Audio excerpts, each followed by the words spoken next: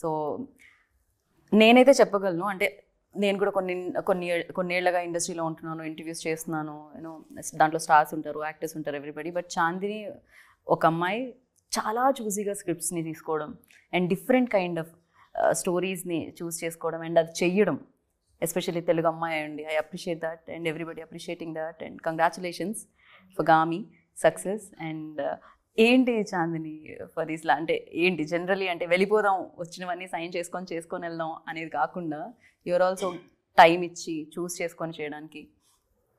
Credibility factor అనేది చాలా time taking process అండి. ఇప్పుడు నన్ను ఎందుకు చూడాలి, నేను చేసిన సినిమాలు ఎందుకు చూడాలి వెన్ యూనో ఇంతమంది యాక్ట్రెసెస్ ఉండగా నేను ఏంటి స్పెషల్గా ఏం తీసుకురాగలను ఆడియన్స్ కానీ నేను కానీ, నా లోపల ఉన్న ఒక ఆకలి ఏం తీర్చగలను అనే థాట్ ప్రాసెస్లోకి వెళ్ళినప్పుడు కపుల్ ఆఫ్ ఇయర్స్ బ్యాక్ నేను సినిమా చూసే విధానం it's not for me, it is not business కానీ అలా కాదు. నేను ఇండస్ట్రీ వచ్చినప్పుడు కూడా ఒక యాక్టర్గా ప్రూవ్ చేసుకోవాలి నన్ను నేను. మంచి కథల్లో భాగం అవ్వాలి, మంచి కథలు చెప్పాలి, చెప్పే విధానం కూడా ఒకదానికి తేడా ఉండాలి. ఒక లుక్ చూడగానే ఏ సినిమాని కన్ఫ్యూజ్ అవ్వకూడదు, అలా ఉండాలి అనే ఒకటి నేను అనుకున్నాను. సో అది ఒక దారిలో పడటానికి కొన్ని సంవత్సరాలు టైం పట్టింది. కానీ ఇలా నేను డైరెక్ట్గా చెప్పకుండా మీ అంతటా మీరు అది అబ్జర్వ్ చేశారంటే నాకు అది ఒక టిక్ మార్క్ లాగే. ఎందుకంటే అది ఒక వ్యాలిడేషన్ లాగా, అంటే ఓకే నేను అనుకున్నది చూడగలుగుతున్నారు. కాకపోతే అది చూడటానికి కొంత టైం పట్టింది.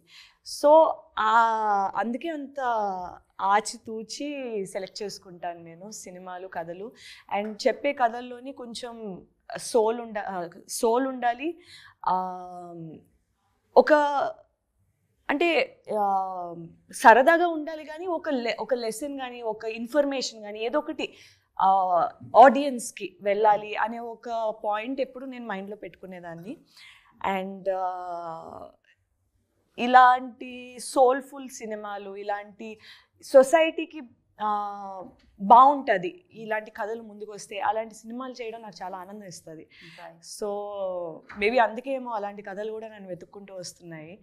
So that is how actually seriously అది వెతుక్కుంటూ రావడం కూడా ఒక మంచి విషయం కదా. చాలా టైం పట్టిందండి ఆ పొజిషన్కి రావడానికి. ఎందుకంటే నేను ఈ దారిలో రావాలంటే చాలా సినిమాలు వదులుకోవాల్సి వస్తుంది. సో మనం కొన్నిసార్లు ఆ పొజిషన్ వరకు వెళ్ళటానికి టైం పడుతుంది.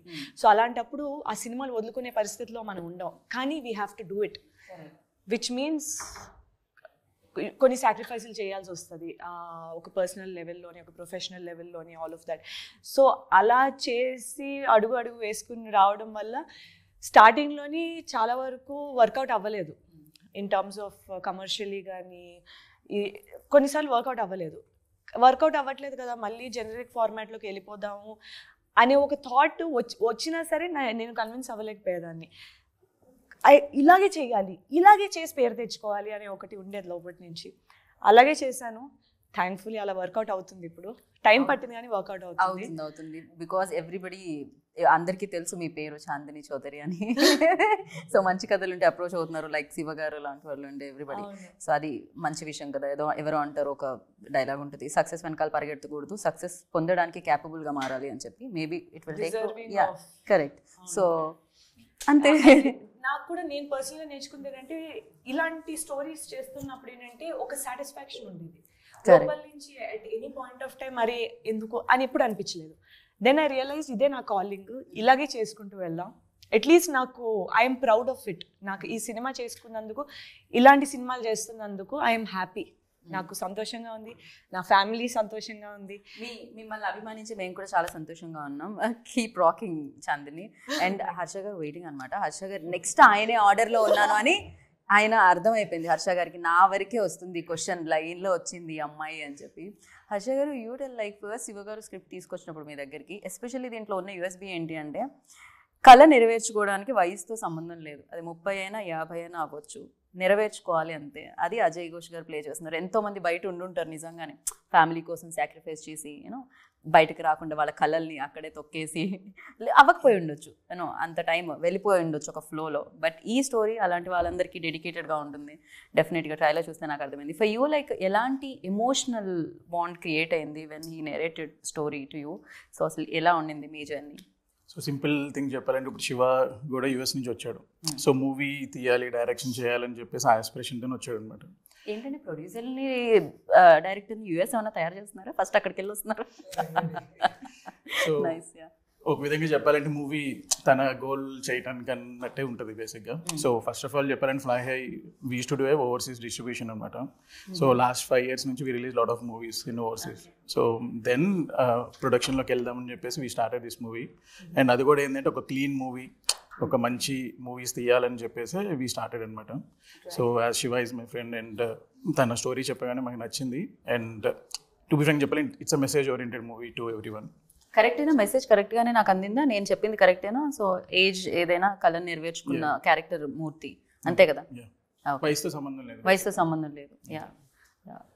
సో వయసుతో సంబంధం లేదు అంటే గుర్తొచ్చింది. అంటే మీ జర్నీ ఎప్పుడు స్టార్ట్ అయింది అనే దానికంటే ఈ మధ్య కాలంలో మీ జర్నీ గురించి మాట్లాడితే మాత్రం చాలా గ్రేట్ జర్నీ అని చెప్పాలి అజయ్ ఘోష్ గారు. రీసెంట్ డేస్లో మీరు చేసే క్యారెక్టర్లు, దానికి ఉన్న వేరియేషన్స్ నెక్స్ట్ లెవెల్లో ఉన్నాయి. మీ కళ సహకారం కావడానికి కూడా కొంచెం టైం పట్టిందని చెప్పొచ్చా ఇండస్ట్రీలో? అదే అంటాడు సుకుమార్ గారు, ఘోష్ని మేము లేటుగా గుర్తించాము అని అంటాడు. కరెక్ట్. ఎప్పటికైనా గుర్తించి అగ్నిపర్వతం ఎప్పటికైనా పేలాలి కదా, అంతే, అది వస్తుంది అంతే. అయితే కాగాల కాగి ఒక్కసారి బ్లోఅవుట్ అయితే అప్పుడు ఉంటుంది కథ. సో పరిస్థితులు అన్నీ, ప్రతికూల పరిస్థితులు చాలా ఎదురైనాయి అండి. అవి చెప్పుకుంటే తీరే కాదు, ప్రతి ఒక్క మనిషి జీవితంలో ఉంటాయి. సినిమాల్లో అంత పెద్ద చిరంజీవి గారికి తప్పలేదు, మోహన్ బాబు గారికి తప్పలా, మనమెంత. సో ఈ చిన్న గుర్తింపు రావడానికి కూడా చాలా పరిస్థితులు ఎదుర్కొన్న టైంలో, అదే టైంలో ఆ నిజాయితీగా పనిచేశాను కాబట్టి, నిజాయితీగా ఎదుర్కొన్నాను కాబట్టి అంతరాత్మ సాక్షిగా గుర్తించగలిగారు. అట్లా ఈ మాట ప్రయాణంలో ఇట్లా ఈ దాకా వచ్చా. సో మ్యూజిక్ షాప్ మూర్తి ఎంతవరకు రిలేట్ అయ్యిండే అజయ్ ఘోష్ గారికి? బికాస్ యువర్ జర్నీ ఆల్సో నేను చెప్పిన చాలా లేట్గా నా పెళ్ళాం చూస్తా సాంబలక్ష్మి ప్రివ్యూ చేసి అందరూ ఆర్టిస్టులు అందరికి వేసాడు ఆయన రామానాయుడులో. ఆమెను ఊరి నుంచి పిలిపించి కూర్చోతుంటే ఏడుతుంది. ఏందమ్మా ఏడుతున్నావు అంటే, అంత మందే కదా అయ్యాడు అంతా అని అంటుంది. మందే కనపడుతుంది అయ్యా నాకు ఆనందే. లే బాగుంది, మనం కూడా అంటుంది జనం. మా అజయ్ గారు వీళ్ళందరూ జనం చూస్తారంట, ఏంద్రా చూసేదే బ్రహ్మాండం కొట్టే సినిమా, బ్రహ్మాండం కొట్టది అసలు అనేది అనమాట. అసలు అంటే కొన్ని ప్రతి ఒక్కరి జీవితంలో ఉంటాయండి, ప్రతి ఒక్కరి జీవితంలో కష్టాలు లేకుండా ఉండదు కదా.